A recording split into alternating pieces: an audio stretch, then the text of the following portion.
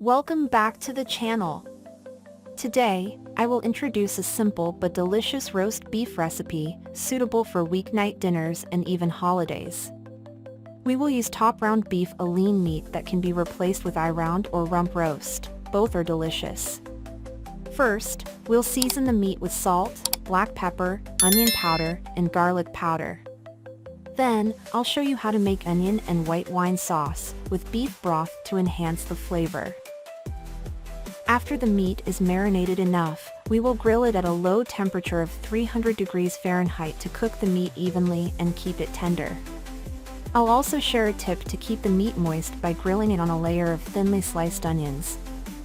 Finally, I will show you how to make delicious, easy-to-make gravy sauce that still adds flavor to the dish. When finished, you can enjoy a succulent and hot piece of grilled beef, sliced thinly, dipped in onion sauce. Ingredients and recipe. 1. Ingredients. 4 pounds top round roast, can substitute with round or rump roast.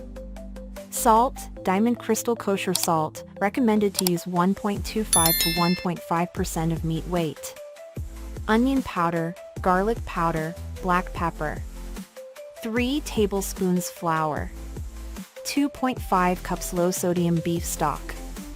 1 tablespoon Worcestershire sauce. Half a cup dry white wine, optional, can substitute with red wine or vermouth. 1 large onion, sliced into a 1/4 inch thickness. Fresh rosemary sprig. 2. Cooking instructions. 1. Preheat oven to 300 degrees Fahrenheit, about 150 degrees Celsius. 2. Season the beef, rub salt onto all sides of the roast. For best results, salt overnight in the fridge uncovered. Season with onion powder, garlic powder, and black pepper just before cooking.